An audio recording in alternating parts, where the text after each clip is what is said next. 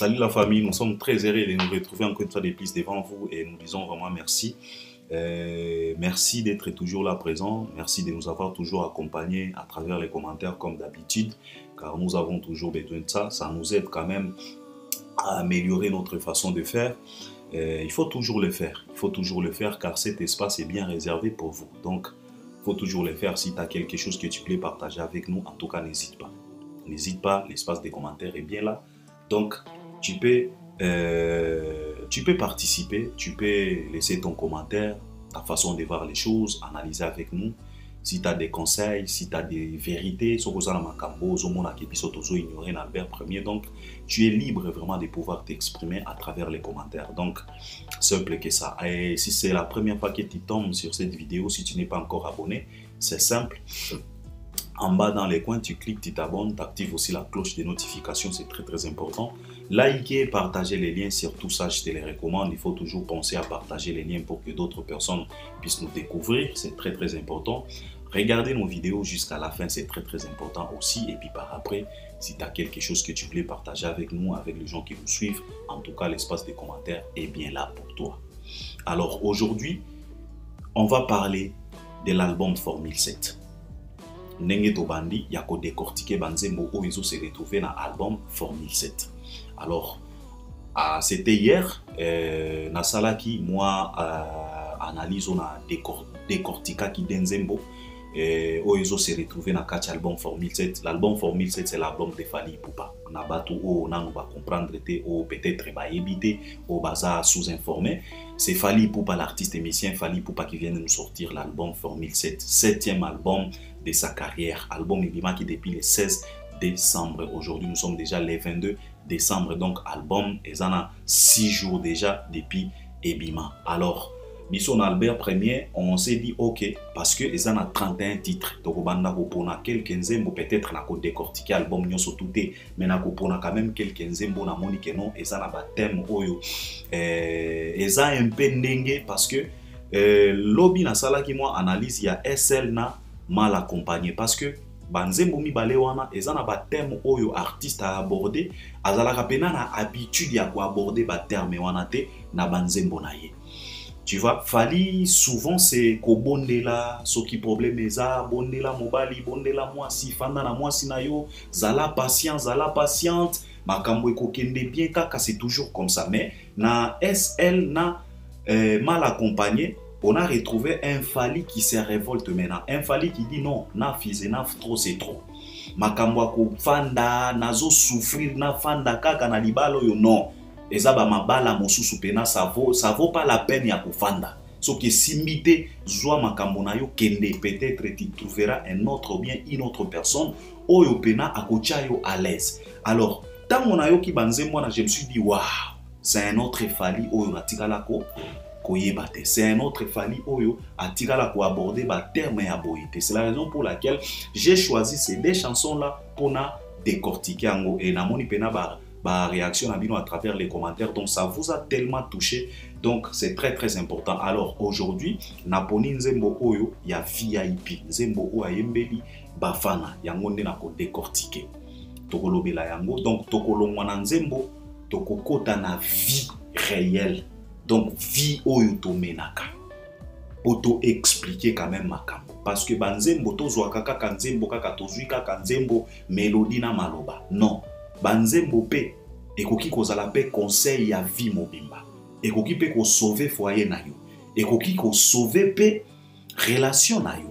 Ekoki pe ko fungula yo miso parce que toyo kaka banzembo meto kota kapena na profondeur ya ba parole oyo ba artiste émissien ba yimba na banzembo. Alors on s'est dit non, on va commencer quand même à décortiquer quelques chansons parce que ekoki ko aider bato.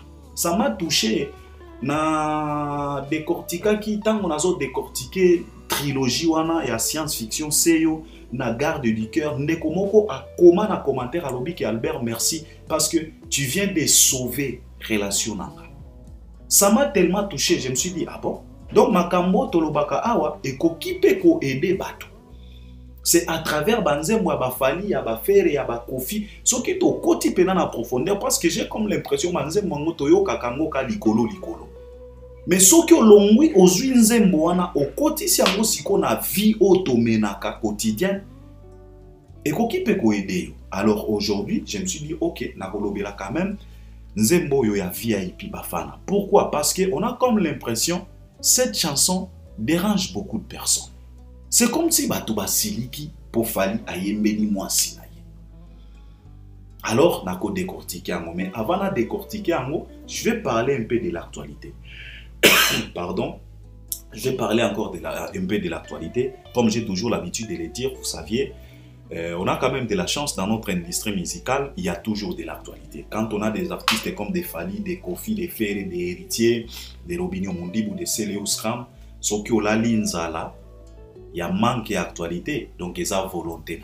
Parce que l'actualité pena, tu ne peux pas avoir un grossiste comme Fali Poupa et puis Olo Bananga qui non aux actualité. Donc, et vous avez la peine volonté na yo. Alors, actualité, on a kolobela mingi et ça concert ya héritier Watanabe parce qu'il y a un monde actualité et zo salane te zo dominé mingi na Kisasa parce que concert et kozalande na Kisasa.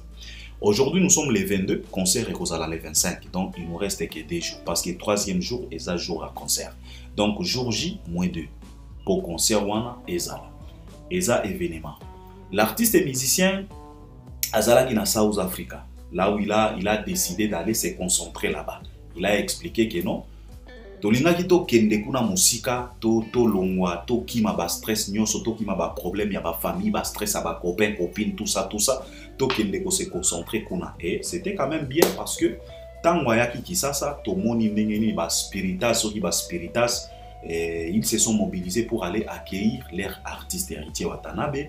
Et Zalaki Penaki Toko Makasi. Et puis, c'était hier ou c'était avant-hier ou hier, l'artiste Azalaki en pleine conférence de presse na ville à Kisasa, na capitale à Kisasa, là où il a répondu à ma question est belle. Et il a parlé. Et nous savions tous que quand il s'agit de parler, en tout cas, Héritier, c'est un champion parce que le mec parle vraiment. Un héritier Pena, il parle le mec. On dirait ba branche à cahier. En tout cas, dans le domaine à Koloba, à Loba Kapena. Alors, il a parlé, Batoubatuna qui est ma question. Il a expliqué beaucoup de choses. On a dit na kota pena détail conférence de presse ça na YouTube qui kota là pour comprendre makamboni ni oyo héritier aloba kikuna. Sauf que les gens makambo mike oyo ils ont préoccupé biso tozo mona c'est comme si batu bazo linga ba kotsa héritier na polémique entre yena Fali ba comparaison moka lolengi on a parce que on a constaté toyoka kipe tango héritier azongi tango ba fanatique na ba ke ko yambaye ezana banzembo moko boy babanda ko yemba wana na malobo babanda ko bimisa c'est comme si bango ba s'engager pena na guerre na artiste et musicien Fali Ipupa. Nous on n'est pas étonné de ça parce que tu sais très bien que Fali Ipupa comme j'avais expliqué depuis kala na loba que Fali Ipupa a comme pena centre d'intérêt il y a makambo à musique. Donc il faut toucher Fali pour avoir visibilité. C'est comme ça. Un choix exaté. Même les Ivoiriens, ils ont compris ça. Je me rappelle comme si c'était hier. Debord Dolikonfa. Bon, se rappeler, il a clashé Fali à l'occasion de rien. Parce que consciemment, il savait très bien que Azala Nzembo Alina qui a bimé ça. Et quand il a sorti sa chanson, abattra record. Abeta Soki 1 million de vues à 48 heures. Soki na 24 heures. Debord Dolikonfa. Abeta pena record après avoir clashé Fali. A beta pena record au atikala ko beta te banda musique en clashant Fali. Donc il a compris que non, le nom de Fali le est comme centre d'intérêt. Yomoko yebandingo ko utiliser. Mais bon ke kota la siko ba projet à Debord Dolikonfa après projet Oyo abimisa après avoir clashé Fali. Wana ne boko comprendre que non en tout cas attaquer Fali. Ezala rapena ba ebilengi moko boy. Sauf que ils ont la garantie. Parce que on peut construire succès na yo na ombre ya mutu. Et puis mutu wana yepe asala la musique. C'est tellement dangereux. Parce que ba succès wana na ba exploit wana ezalaka éphémère. Alors, yango tozomona ba fanatique à héritier et je pense que ce n'est pas les fanatiques, c'est héritier lui-même car héritier joue à l'hypocrisie. Et nous savions tous que ce que ozo linga omona hypocrisie na ba facette na ngonyoso kotaka na wingi.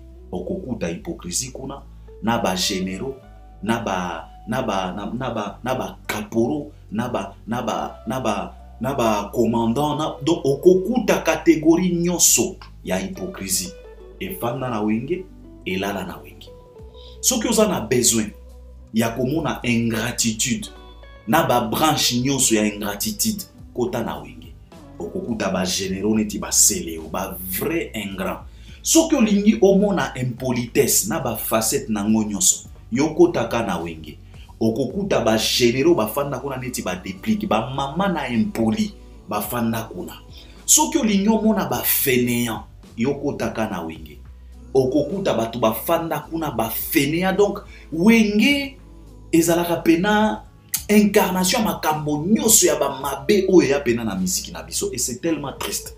Alors Héritier, il est en train de jouer à l'hypocrisie et ce n'est pas du tout bien. Na ba discours na. Pourquoi na lobi boye? Héritier Baza tu as ba double discours. Et pourtant moko na bango, il a chanté, il a dit que nous on n'aime pas les doubles discours. Nous on n'aime pas les doubles discours. Mais bango pardon, bah c'est plongeant dans ma caméra ba double discours. Parce que moi je me rappelle comme si c'était hier, un certain 18 décembre 2020, balinga ki ba bimisa ba album. Fali alinga bimisa Tokos de Héritier alinga bimisa mi ange mi démon. Biso nyos toyebi discours au Héritier azalaki nango avant ba album ebima. Tango ba album ebimi biso nyos toyebi. Ba beta Héritier KO debout parce que tango ba amour et ba 8e merveille ba couleur ba un coup ba likolo ezo ravagé parce que je me rappelle comme si c'était hier album Tokos de ebima fali a kena mbala moko tourner donc ravage album a Héritier ezaki na du mal ya ko décoller fali tango alongwe na Kisasa akena ba tourner na ekuna tango Héritier tikali moko na Kisasa na album Rumba yemoko sur terrain nde bato bakomi ko découvrir sikoyo ba gombe na gombe balaka yot banzembo moko misusu kuna bato bakomi ko retrouver et puis bambota likasu ba Vincent Chiluizi ils ont aidé quand même Héritier en disant que non na minito yo na Kisasa album a Héritier zo beta ceci cela biso nyos to monaki discours oyo Héritier akomaki nango tango aeko comprendre que non nazana quelques 3-4 titres batu bazolinga boyokaki discours oyo Héritier akomaki nango.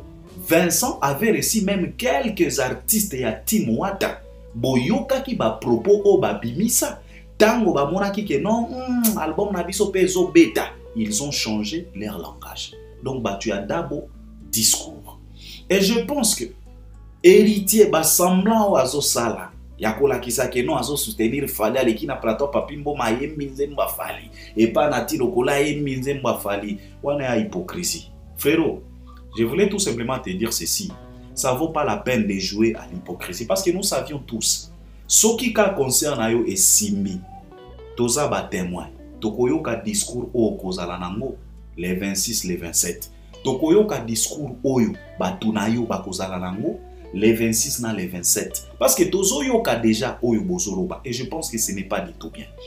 J'espère que eloko oyo eza bien pa na yo eza esprit état d'esprit ozanango ya kotika la cas positif na makambo na yo. Ça peut t'aider à aller jusqu'au bout na makambo na yo. Donc reste positif parce que moi je suis tellement fanatique na état d'esprit wana ya kozala toujours positif. C'est très important parce que même dans la conférence de presse na yo ozala ki wana calme et tranquille tellement positif ozo répondre ozo défendre malgré que bobeti ken piana ndenge moko boy c'est pas grave to mesana na makambo wana to mona ki yango même na conférence de Gaulois ya Ferregola na Paris Jazz Kavulu alinga ki atuna question oyo ezala ki question moko tellement importante koleka kutu ba question nyonso oyo babanda ko tuna na salle wana to mona ki ndenge ba wolola jazz. Donc c'est la même chose bino bato ba wenge bozalaka bongo bozalaka ba fanatique à vérité te la vérité vous dérange autant bo supportaka pena vérité te bozalaka tellement bato ba mankiona bato ya obscurité. Donc tango quand on vous amène la lumière donc la lumière vous dérange tellement les wingeman to mesana nango to mona ki yango même na conférence à faire to mona ki faire même na Kisasa na conférence de presse Bawolo la même journaliste ou qui Congo Brazza. Donc c'est toujours comme ça, vous les Wenge, c'est toujours comme ça. Mais moi j'aime cette positivité que Ozanango pour un événement et c'est très important. Je pense que il serait mieux au tigalaka positif. Tika ko jouer ma kambo hypocrisie wana et ko aider yote. Et ko aider yote ndeko. Alors lika momosu suko esali polémique ndeko moko atindelinga vidéo ya Quadra azo soutenir 11 héritier Watanabe parce que tout le monde déjà ba wera ba poster ba chibe. Donc héritier c'est comme si azana soutien ya ba artiste nyonso ya Congo. Sikoyo bato bazo sala comparaison et choqué bato ebele ba lobby mais pourquoi tango ndeko na bino Fally Ipupa azalaki na concert na ye tomonaki ba soutien te. Vous savez mes chers frères, je voulais tout simplement vous dire que pour na makambo Fally bomi tungisaka te. Lui-même Fally il est conscient. Na live au Fala Sala qui tango azana poto se préparer koya ki sasa po abeta stade des martyrs. Fally il a été clair. Il a dit oui, on sait, on dérange beaucoup, mais on n'a pas le choix. Alors ba fanatique a Fally na ba fanatique a bonne musique na ba batu oyo baza na bonne foi. Tango esala kabino passe ya komona que ba artiste et musicien congolais ba supportaka Fally te, mais quand il s'agit à batu misusu okomona ba memi soutien na bango kuna et déranger bino te. Fally dérange beaucoup. Et c'est normal, papa. Bino bokanisaka que makambo Fally, papa Fally dérange beaucoup. Ata soki ozalaki batu ya bawengi, ata soki ozalaki musicien, olingaki o réagir kaka bongo. Papa, mutuye kaka ba tourner, mutuye kaka ba concert, mutuye kaka ba plein, mutuye kaka ba album kitoko, mutuye kaka ba makambo nyonso, ba record kaka yaye, ata yo moko. Mutu alolenge wana kokende ko supporter akoki déjà. Alors ba artiste musicien congolais ba ko supporter ka Fally te. Ba ko supporter ka Fally te parce que il est tellement fort. Batu oyo bazana besoin de soutien eza bato baza faible. Neti ba héritier, batu bazo bangela, bazo mituna est-ce que concert ko tonda. C'est la raison pour laquelle bazo zo ba soutien ezaka ba hypocrisie na bango. Ezaka ba hypocrite yebi ba hypocrisie na bango bato ba wenge. Alors ndeko moko atindelinga vidéo ya Kofi Natali na Seki. Na yoki pe mawa na yoki pe pasi. Ya komona vie na biso wana. Omoni awa na Albert Premier tolobaka toujours makambo vie oyo to expliquaka toujours bato ke vie oyo azalaka na bizaleli ya bien te. Mais bato ba ni makate. C'est pas du tout évident à comment on a moto. À côté conflit na presque toutes les générations. Toutes les générations ya musique kofi à côté na ngo conflit. Ezalaba na mibali, ezalaba na basi. Ba mama mbili abele ezaleka mikakatano. Baskola miel kolobate. Bana mibali kolobate, ba papa wemba kolobate, ba pekisa ekutu aya na matanga papa wemba te. Kaka les mêmes conflits. Babizaleli ya mabe. Tango natali vidéo wana na Seki et puis par après na yoki mawa. Na lobi na ndeko wana lobi ndeko. Ba vidéo ya boye e dérangeaka bino te. Soki boza pena ba fanatique a Fally. Parce que les mecs me disaient que est-ce que Albert ndenge nini mutu neti Kofi atikala ko salela Fally ata vidéo ya boye pour a souhaiter ata bonne chance.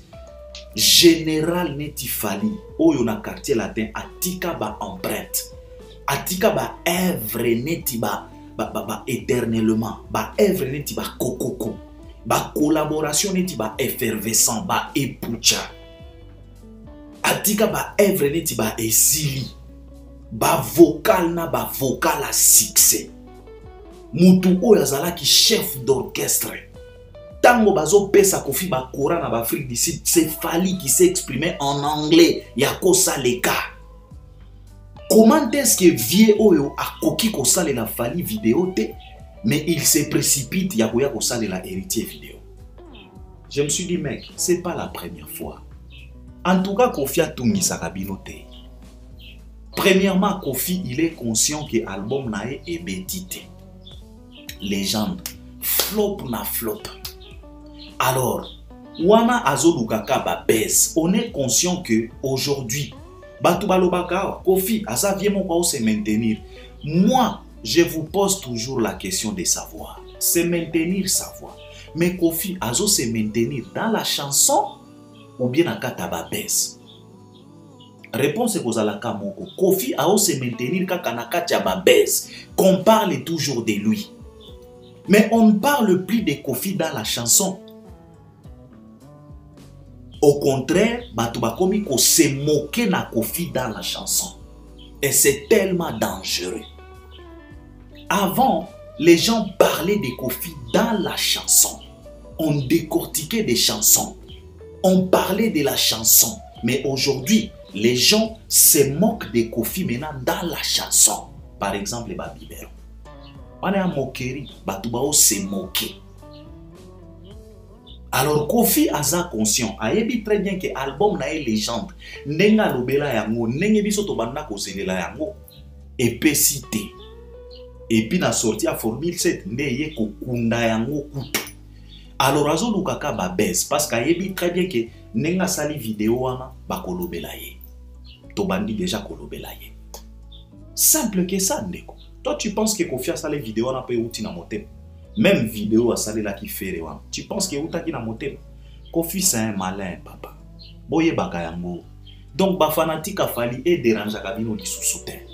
Kofi c'est un manipulateur, c'est un malin. Batou o ba fanana ye ba yebi très bien. Na mutu o ya yebi Kofi très bien. Fali fait partie. C'est la raison pour laquelle makambo nyonso Kofi a salaka wana. Et dérange à falité. Attention que ko déranger parce qu'à être humain, mais fallait ayebi de quoi il s'agit. Parce que ayebi est très bien. Un vieux malin manipulateur. Il est conscient album et betité flop na flop. A kosala ndengeni. Yewana diembeli kaka événement héritier watana bakomi kosala ba vidéo. C'est tellement triste. Ça c'est de l'hypocrisie au vrai sens du mot. Et ce n'est pas que ça. Ça n'a pas commencé aujourd'hui. Kofi est toujours comme ça. Tango Fabregas abanda ko attaquer Fali. Je me rappelle comme si c'était hier. Ne poko Kofi azalaki na Fabregas. Tango Ferry azo critiquer Fali Kofi na ko dénigrer. Ne poko Kofi azalaki na Ferry. Apesa e ba surnom, ba Ligue des Champions, bananyo yo. Mais comme ayo kakate, yazalaka bon. Il a oublié tout ce que Ferry a salé là. Parce que ayebi genini azo beta. Tango inosbi azo attaquer Fali. Ko attaquer pena bandeke ko boma bandeke. Ko tenir pena ba discours moko boye na ba sortie médiatique na ye. Nde poko Kofi azalaki na inosbi. Oh les Michael Jackson de notre pays. Oh pour le moment c'est lui le numéro 1. Bobo Sani, et que ça ne vous choque pas. Il est toujours comme ça, le vieux là. Il est jaloux, il y a succès à Fali. Il est jaloux, il y a réussite à Fali. C'est clair, papa. Kolongwa, ils ont une chose. Mais qu'on réussir après avoir Kolongwa, ils ont deuxième chose. Pour nani Kofi alobela ka baburo mpela. Pour nani Kofi alobela ka basamu chintute. Parce que ça lui a arrangé. Parce que baburo balongwa basala ba succès et arrangera ye. Asepela na ba défaite na ba échec ya ba tête nyoso ama. Ça lui arrange. Mais ça lui a pas arrangé tant qu'il fallait longwe à réussir. Ça lui dérange autant que alingaka komane ti fou. C'est toyebi yango. Et mon anakape na miso. Pose-toi la question de savoir, fala salelieni. Mutu oya finga na émission première soin Ferregola. Kofi Olomide limbisa a salela ep vidéo. Yakoloba ke ono, tozana mokili, de toute façon, ils entendent nabiso, totia kangwa côté, veut dire. Siko yo motema monene. Oyo Kofi alakisaka pa bato lisusu. Yakolimbisa. Parce que toyo kaka na Congo ke non Kofi azalaka na motema munene. Et bongo motema munene wana ya kolimbisa. Motema munene o alimbisa même Karine Mokonzi. Karine a finga même famille. Karine a touché même la femme, même les enfants. Motema monene wana alimbisa Karine bakota pe studio ba yembela biso bêtise. Mais motema monene wana soki ekomika epa fali et kondaka on dirait aiguille. Allez-y comprendre. C'est la jalousie, la haine. Le vieux ne supporte pas l'évolution de son fils. Et c'est tellement triste. Avoir un papa comme ça, musicalement parlant, assoiffé à pouvoir, qui ne se réjouisse pas na réussite ya mwana. C'est triste. Yo kanisi ba wenge ba kotika la kolinga yo. Jamais de la vie. Jamais de la vie. On les a perte à temps. Eza perte à temps. Ko félicité hypocrite. Ozo la ki satana yo. Ozo le ki satana yo. Ko félicité hypocrite comme héritier. Ko félicité hypocrite comme Ferregola. Ozo le ki satana yo papa. Sala ta 1000 vidéos. Moi je voulais tout simplement dire aux warriors que ma vidéo en a dérangé binoté. Et si bo beti martyr na bino. Martyr ya fali et commis déjà les passés. Les passés. C'était le 29 octobre. Aujourd'hui, nous sommes le 22 décembre. Les passés. On a déjà passé à autre chose. Moi, mon artiste n'a bien fallu. Azana Côte d'Ivoire. À Kobeta ba concert, je pense qu'il y a un week-end. Aleki qui déjà n'a pas émission à Willy Ndongo partout. Fali Poupa. Il est sur le terrain. Et c'est que j'aime chez lui parce que Fali Soka Koti quelque part, na gouvernement, na population, baye bakakeno, il y a un artiste dans notre pays. Alors les warriors, ba vidéo ana est dérangé binoteo Kofia Salini, a salé la ta diable, problème ezati. A multiplié à ta vidéo à sala. La réalité est que Fali a déjà cogné ce stade de martyrs. Jusque-là, stade de martyrs a Fali et Tikali, premier stade de martyrs. Oeza na réussite moko ya kosakanate tilelo. Alongola nyonso. Alors ko sala vidéo papa, sala vidéo. Kolo bana ba kofifili soki na banani ba kende problème ezate. Ba warrior ezwa bino tentez, concentrez-vous na formule 7. Alors pour boucler na makambo héritier, moi je souhaite bonne chance. Moi j'aime cette positivité, cet état d'esprit. Frérot, reste positif. Cette positivité peut t'aider d'aller jusqu'au bout na aventure na yuan. Moi je veux à ce que tu te concentres na makambo ya kokota na histoire. Ce qui est très important. Kota la kutu makambo ya plente. Sala effort au kota na histoire. Yabatu oba beta stade des martyrs. C'est très important. Parce que bébé Chanda a kota na histoire wana. A kota na histoire wana pas pour le plein qu'il a réalisé, non. A kota na histoire parce que a beta kikuna. Tango ba kino na ba congolais ba lobelaka concert ya bébé Chanda na stade des martyrs ba lobelaka plainte. Ba lobaka kaka bébé Chanda yepe a beta na stade des martyrs. Mais bébé Chanda tika la kosala plainte na stade des martyrs. Donc je pense que héritier, il faut atika la wana. Kosambriete na makamba ba plein. Osa la plainte, ça va. Concentre-toi na histoire. Donc kota na histoire. Et c'est très important parce que tango bakobanda kotanga ba kombo ya bato o babeta stade des martyrs avant ba misusu. Kombo na yo pe ekoya avant Ferre, ekoya avant Lacoste, ekoya avant Blaise Boula, ekoya avant Adolphe Dominguez, ekoya avant Emelia, ekoya avant Batu Ebele. Et c'est très important. Okoko tana histoire.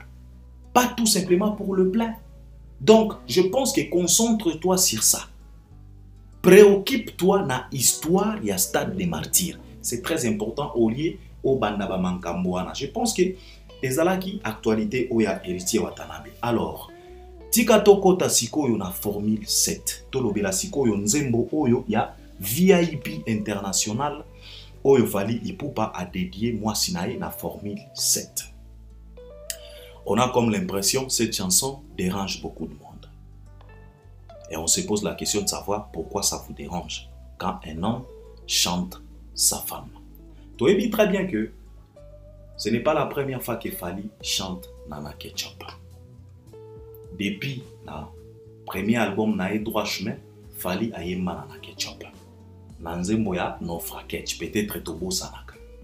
Ce n'est pas la première fois, et cause à la même deuxième fois, et cause à la même dernière fois. Akoyembe la kaka mwasi oyo. Akoyemba kaka mwasi oyo, akoremercia kaka mwasi oyo. Parce que il est le seul et l'unique yakoyeba pourquoi ayembe la mwasi wana. Bisote. Alors, Fally ayembe la nana banzembo ebele. Akumisa nana na lolenge nyonso. Alors, aujourd'hui, on est étonné de voir, il y a certaines personnes, c'est comme si, et comme il faut déranger, Batu bakomi kolobake, et comme il trop, a comme il kolekisa. Oh. Vous savez, parfois, on a un fan na zotala ba Congolais na omito na eske. Toza pena bikela mu ya Nzambe, ou bien tokela mana Satana. Donc, Congolais na yebaka te sokazalaka ndenge nini. Donc, tokomi kolinga kotila pe mobali ba limite. Mobali oyo aza conscient, azo kumisa mwasi, tokomi kotila e ba limite. Ah bon? Mais moi je pense que nanu toyo kita. Et moi j'aimerais à ce qu'un jour Fally asale la kutu nana album. Ce qui a dinzembo. A relatele biso pena histoire ya bolingo na ye. Nete uti kosala biso trilogie. Asale la biso soki ya kosala sikoyo soki 10 épisodes. Nga kutu na ko préféré asala ne album ya Nana Bafana. Triple trilogie na kati album wana. Azo talisa biso ebandaki awa ekomaki awa eye kokoma awa. Moi je préfère kutu. C'est quoi votre problème? C'est quoi votre problème avec cet homme? Il vous a fait quoi au juste? Abomela bino nani? Adefa mbongo ya nani ba warrior ba kotize ba futa? Azwa mwasi ya nani ba zongisa ye? Place azwa ye. Vous savez, tika tokota na nzembo. Na yoki nzembo à plusieurs reprises. Fala kumisaka kaka nana. Et kumiseli oyo peut-être yango nde komi ko déranger bato. Fala zoyemba kuna lobi ke nzamba luli nana. Mena kolula wana a transféré na enfer. Et pas ya Satan, Lucifer. Toyebi très bien que na enfer, baloba na biso na kati ya Bible ke moto ezalaka kuna.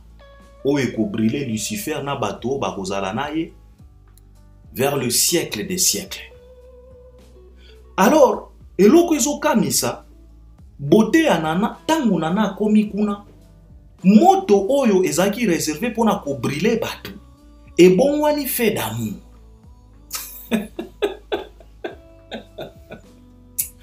En tout cas, Fally opena na ebite. Yango ndezo sala basi. Donc babasi yo bazalaka na mibali te ba bipolaire. Donc ezo swa bino ndenge bazo kumisa mwasi. Bandeko ba boli. Ezaka kokumisa. Et je voulais vous révéler une chose. C'est que Fally chante normalement. Na kokumisa nana ofala kumisaka. Malgré que Fally chante physique ya nana ninga lobaka démarche ya nana ezalaka neti compte seconde. Que miso ya nana elembi on dirait cobra ninga yembi na VIP awa. Que balole mona ye donc ninga kumisi ye wana. Je pense que profondeur nango Fally ne chante pas nana oya physique. Fally chante nana oya intérieur. Ce qui boye bagate. Parce qu'on nous a toujours dit que abondance ya motema o etondaka na motema nde ebimaka libanda. Fally exprime tout simplement la bonté de cette dame. Il y a intérieur, il y a extérieur. Ce qui vous comprenez. Alors soki mutu aza na motema malamu yango wana ebimakati libanda bato bakomi kokumisa meme miso na ye, bakumisi meme matoi na ye, bakumisi meme manzaka na ye, bakumisi meme makolo na ye. En réalité, Nana, c'est pas une très belle femme. Non, physiquement parlant. Non. Ezana basi ebele, baleki Nana na kitoko. Baleki Nana na physique. Baleki Nana na forme en nzoto. Baza tellement ebele, boyebi bango.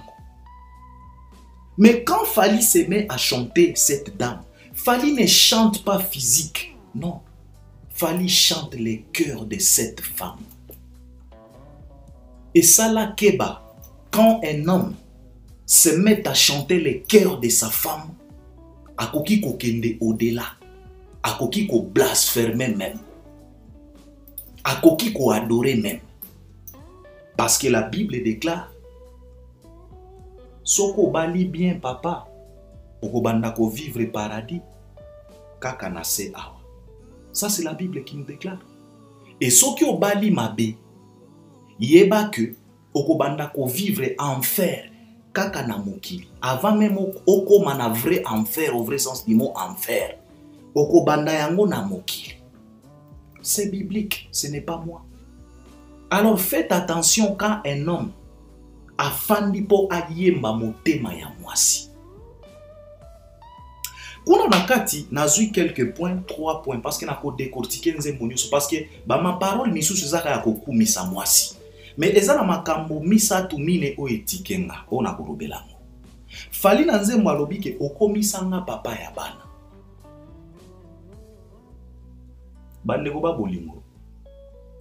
Ce n'est pas parce que tu as mis au monde que bakoki ko considérer au papa ya bana.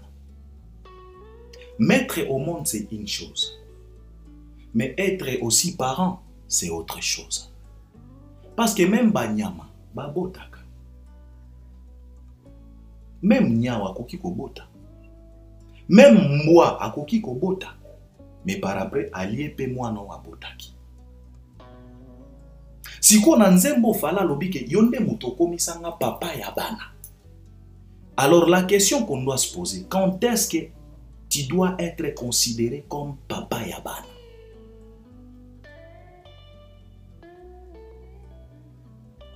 Mobali ya ndenge nini oyo ba considéraka ye neti papa ya bana? Parce que toyoki bato we komi problème. Toyoka ki déjà ebele na ba problème o elekaki. Parce que bato bazo créer makambo ezaka ba batu moko boye o balinga ki ba déstabiliser tango tokos de ebimaki. Naza kutu na message pona ba warrior. Na poni ko décortiquer nzembo oyo pona ya ko chiter epa ya bino ba warrior. Toyoka ki ebele Fally irresponsable.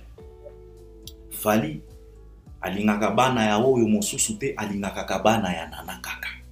Parce que bana wana nda yembaka bango na banzembo keboye boyoki même na science fiction Fally alobaki ke Marco 6 yende boss. Ça dérangeait beaucoup de monde. Mais je voulais vous dire ceci mes chers frères. Moi si nde asalaka que mobali alinga bana.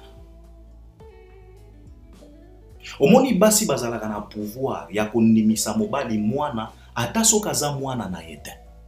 Tomona ebele na mokilo yo, tofanda na ba famille, ba tante, ba oncle, ba cousine, toza na ba membre ba famille ebele, tomona ba réalité.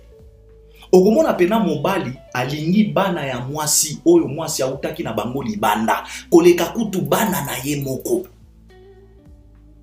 Donc mobali pena alingi bana ya papa mosusu oya botana mwasi na ye koleka kutu ses propres enfants.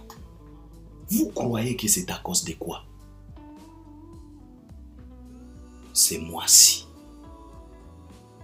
Yo mwasi soko yebi. Qu'est-ce que cela veut dire être considéré comme mwasi? Ce n'est pas tout simplement mettre au monde. Je viens de te dire ici, même banyaou babotaka. Na bambwa babotaka, na bampese babotaka, nyoka pe abotaka. Mais pour être considéré comme une femme, ça demande beaucoup de choses. Ça demande de l'éducation, ça demande des sacrifices, ça demande la sagesse. Parce que la Bible nous déclare, moi si ya zoba, abomaka libala na ye. Mwasi akoki kosala ke mobali alinga bana ya papa mosusu koleka kutu bana oya ye moko. Si tu es vraiment une vraie femme, au vrai sens du mot, vraie femme, alors banana wana baza ba vraie femme. Papa, maman, pose-toi d'abord la question. Yango fali bomona ka ndengeni. Mitiana nuna isika ya nana. Bazwa yo ningo fandi wana ozotala ngana kitoko na yo na beauté na yo, na capacité na yo. Bakomiso mwasi ya fali, ndenge fala zalaka. Na makambo nyonso o ezalaka tout autour ya fali, na beauté na ye, na physique, na bambongo, na popularité, na succès, na notoriété, na personnalité oyo mobali wana zalaka nango, bakomiso mwasi na ye. Tu vas t'en sortir. Ou bien koboma bato. Toko banda koyoka bitumba par-ci par-là. Mais banana ba supporta. Alors moi si aboye akosala ke mobali ba benge papa ya bana. Fali ne chante pas physique, non. Fala yembaka nde motema ya nana. Et je te dis, faites attention quand un homme se met à chanter les cœurs de sa femme, akoki kokende au-delà. Et aujourd'hui, ça vous dérange.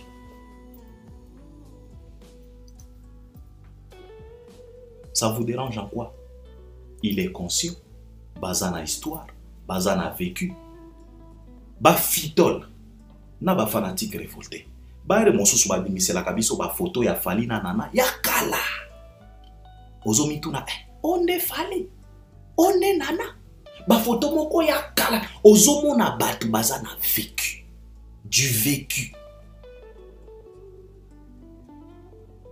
Alors moi si aboy, okoye mbaete ponani. Yo sokoza moi si ya soba. Mobala kolinga bana na ondengeni. Yo moi si mobimba, tu te précipites pour exposer papa ya bana na yo. Sans avoir honte, sans avoir froid aux yeux, tu l'exposes et tu es prêt de sacrifier sa carrière, de détruire cet homme. Ponani azwa charge ya bana na yo. Alors une femme comme ça, ozolinga siko mobala yembela yo, apeso valeur na lolenge kani. Soyons sérieux. Botika nana afanda. Fali nenga za za zobate. Ayebi le pourquoi. Na lobi na bino Fali ne chante pas les physiques. Non. Fali chante les cœurs de cette dame-là. Kuna na kati ya nzembo, Fala lobi eloko mosusu fidélité.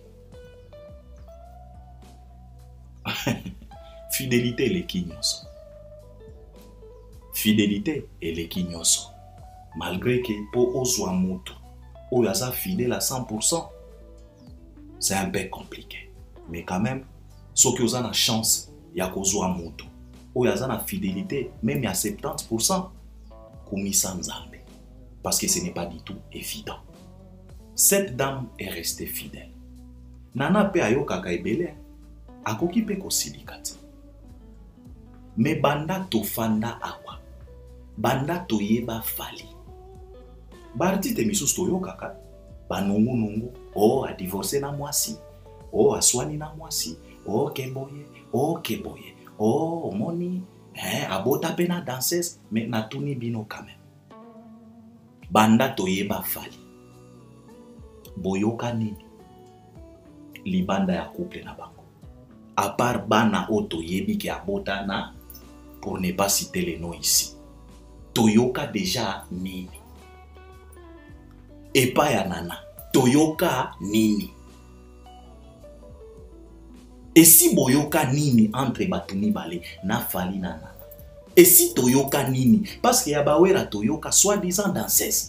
Yaba Jibe Toyoka, soi-disant mwana muke ya danseuse. Yaba Kofi Toyoka, soi-disant zalaka lisusu na merde.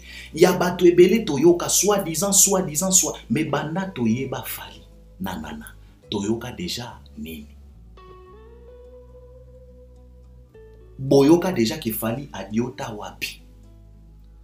Boyoka déjà nana ke badiota ye wapi.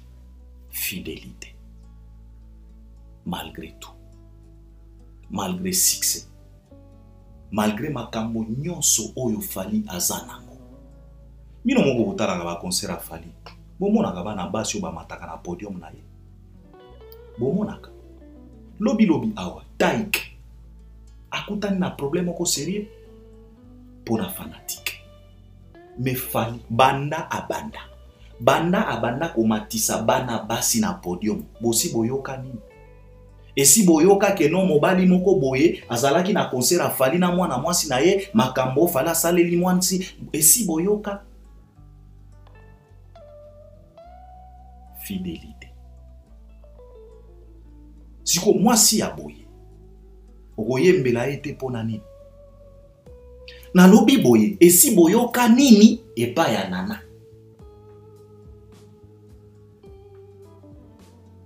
Kuna nakati, fala lobi eloko mosusu lobi unité de mesure ya basi ya mabala. Na kuzwaka 3 points parce que temps eke. Unité de mesure ya basi ya mabala. Bato balobi c'est trop ndengene na kuko komisa nana unité de mesure. Bien sûr parce que yona no balata. Ou bien obala batika yo. Ou bien obala o respectaka mobilité. Obala o respectaka mwasité. Okozala unité de mesure na ndengene. Et pourquoi ça vous choque quand c'est Fali? Biso to fan na mboko toyoka ke non. Sylvie Mapata aza exemple à suivre ya basi ya mabala. Et choka bino te ponani. Quand on considère Sylvie Mapata neti exemple à suivre, bino nyoso bopesa ka témoignage ya ma Sylvie Mapata. Afana na ngiama malgré ba désordre ya ba wenge. Sylvie était là, tranquille, calme, jusqu'au jour d'aujourd'hui. Elle a participé na stabilité à Yangiama, ya Noël. Bopesa ka ba exemple awa. Référence à Bassia Mabala, maman Sylvie Mapata, ça ne vous dérange pas pourquoi? Et pourquoi ça doit vous déranger quand Fali considère sa femme comme unité de mesure? Ça vous choque en quoi? Et suis bino api, et maman Biliabel. Quand c'est Sylvie Mapata, ça va. Quand c'est Nana Ketchup, et commis problème. Cette dame vous a fait quoi? Bofina kae tongo midi mpokwa areponda kabinote. Azawa na bana na ye. Afani na ye tranquille. Fala loba na ye déjà denda. Zwa ba code nyoso ba carte nyoso yanga yayo. Dende la bango. Sukisa bango.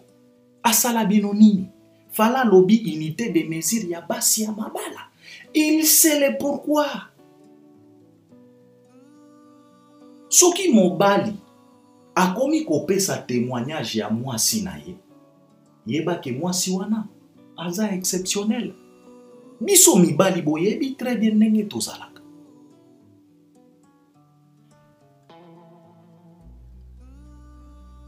Yo kozala unité de mesure ndenge nini. Na ba comportement na yo. Na ba caractère moko bizarre. Mutema mabe songi. Respect za la kate o mwasi. O na uchi koloba awa. Omoni o nzamba loba na biso ou bien la Bible nous déclare que nzamba lalisa Adam alongola e kote po ake ko façonner Eve. Omoni Nana Ketchup wana pena vrai kote ya Fali popa. Na uchi koloba na bino awa ba foyer ebele, ba couple ebele. Et ça là ba erreur ebele. Ya kozwa mikuwa o izaki ya bangote. Parce que balobaka na biso ke non Eve azalaki mokuwa ya Adam. Mais j'ai comme l'impression ba foyer ebele na mokilo yo. Tofandaka na mikuwa o eza ya biso te. ofandi wana nzoka ndoza na mokuwa ya ours. Yo zokanisa keno eza mokuwa ya mikuwa te, eza mokuwa ya ngando. Donc ofanda wana oza na mokuwa moko ya lion. Yo okaniso ko prospérer. Yo okaniso ko fanda na kimia. Ndenge nini yo oshosaka 30 oshosaka 42 oke kosoma sapato a 38. Okola tango sapato wana otambola nango. C'est ce qui se passe dans plusieurs foyers. Batu bafanda na mikuwa o eza ya bango te. To sala ba mauvais choix. Ofandi nzoka ndoza na mokuwa moko ya ngubu yo yebaka te. Tala mokuwa molai beba kote na yo eza kaboui. Mais yo oke kozwa sikoyo mokuwa moko molai oke kozwa sikoyo na yebi te. Okomi ko koti sango par force nde okomi ko tambola on dirait foyer ko telema ndenge nini okozala na stabilité ndenge na foyer na yo parce que mokuwa oyo zo fanda naye eza mokuwa na yo te. Ce n'est pas parce que tu l'as présenté devant les yeux de l'Éternel, devant les yeux ya batu ndenge to sala kana ba mariage que non na ndimi na miso nzambe na miso abatu ke aza mokuwa na yo. Non. Faut koyeba ko choisir pe mikuwa oyo nzamba longola biso. Ofandi awa oke kozwa mokuwa ya dinosaure. Oko respirer. Et puis ozo tiango awa. Oko respirer ndenge ni. Ofandi boye oke kozwa mokuwa moko boye ya King Kong. O aza mokuwa ya mikuwa nanga. Ah bon? Incompatibilité ezate. Batali mokuwa moko batali kote na yo Mais ofandi kaka mwasi. Et puis ozolinga bayembela pe mokuwa wana.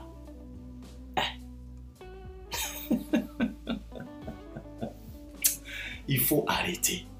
Unité de mesure ya basi ya mabala fali aza conscient de cette dame. Nalobi na bino awa, tout ce que Fali chante pour Nana Ketchup, fala yemba ka physique te. Même si tango azo yemba, azo kumisa etamboli ya Nana, azo kumisa miso ya Nana, azo kumisa esekeli ya Nana, mais en réalité, cet homme chante les cœurs de sa femme. Nana se kaka bien te koleka basi nyonso ya mokili. Jamais. Fali chante les cœurs de sa femme. Et je vous le répète encore. Quand un homme se met à chanter les cœurs de sa femme, il faut faire attention. A koki même ko blasphémer. A koki même ko kota na likambo ya idolâtrie. Quand un homme se met à chanter les cœurs de sa femme, faites attention. Et c'est la raison pour laquelle ça commence maintenant à vous déranger. Mais je pense que ça ne doit pas vous déranger. Falaza na raison ya koyembela mwasi wana. D'ailleurs kutunga nazolinga pena ndenge fala eli biso makamba ba trilogie. Asala pena série. Album mobimba pena Nana Ketchup. Première Nzembo a expliqué biso histoire ya ebandeli. Deuxième Nzembo a expliqué biso histoire ya évolution. Troisième Nzembo a expliqué biso ba difficulté. Quatrième Nzembo a saleli biso ata moi album ya 7 Nzembo.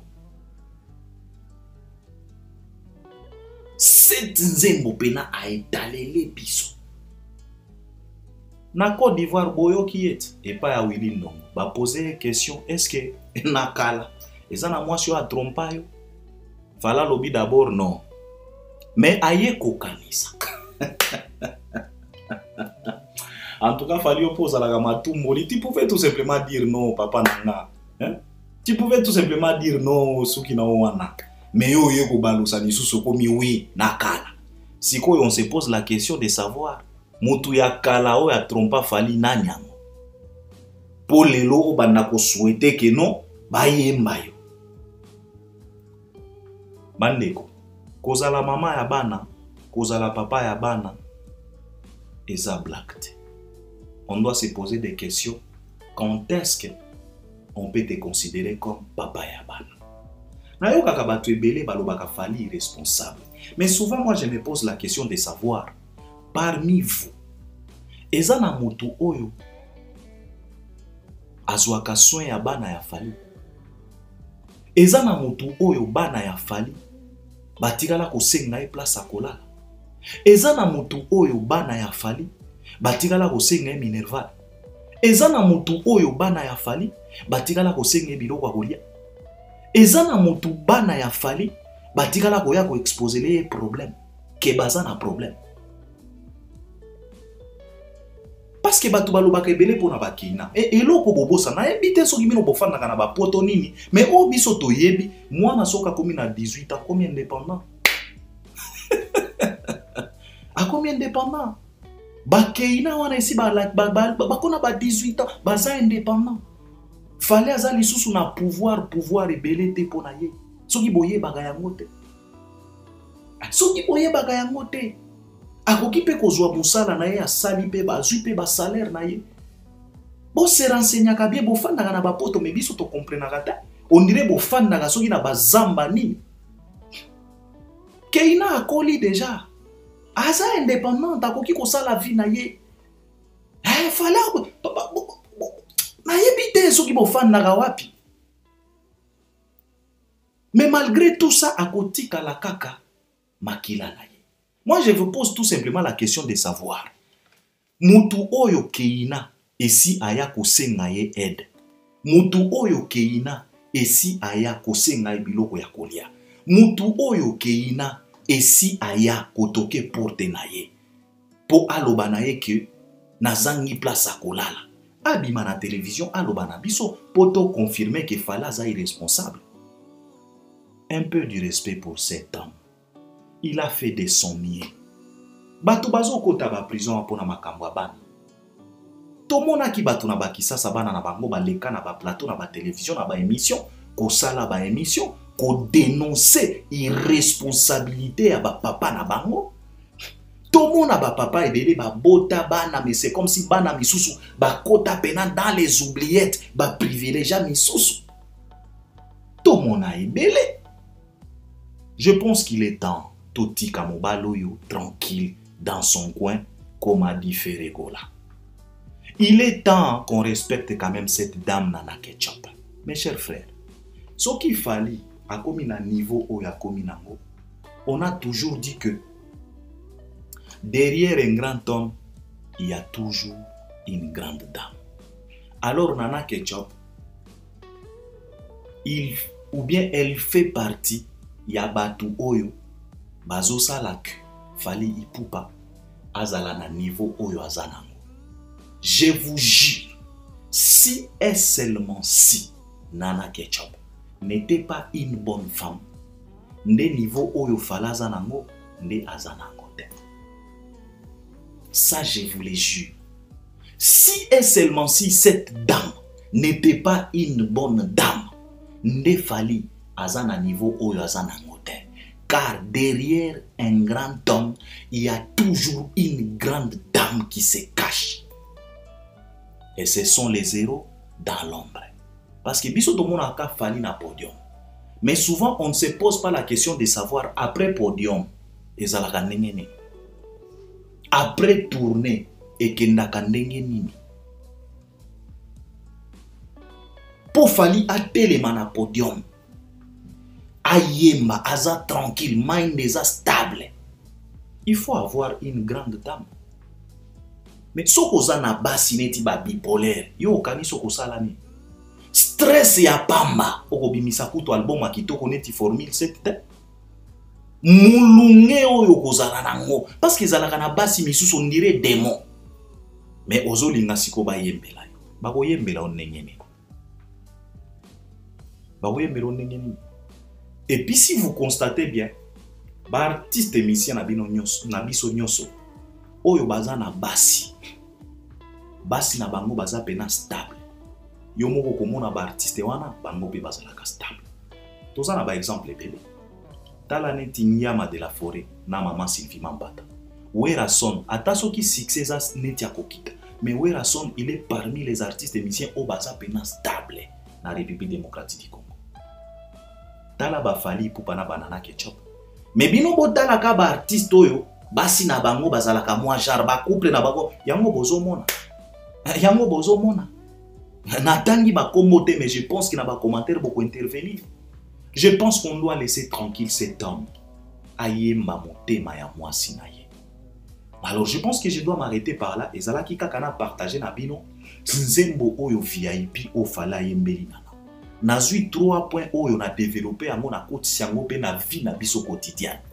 Parce que eza pe ba leçon.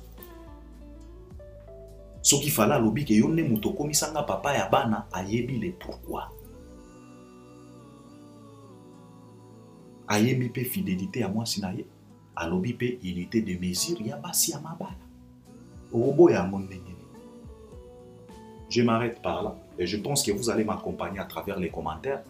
On est ensemble. Si tu es d'accord avec moi, c'est pas grave. Réagir à travers les commentaires. Si tu n'es pas d'accord, espace à commentaire ezawana pour toi. Partage les liens, likez, regardez jusqu'à la fin et on est ensemble. Abonne-toi aussi si tu n'es pas encore abonné. Donc, à la prochaine vraiment. Merci beaucoup.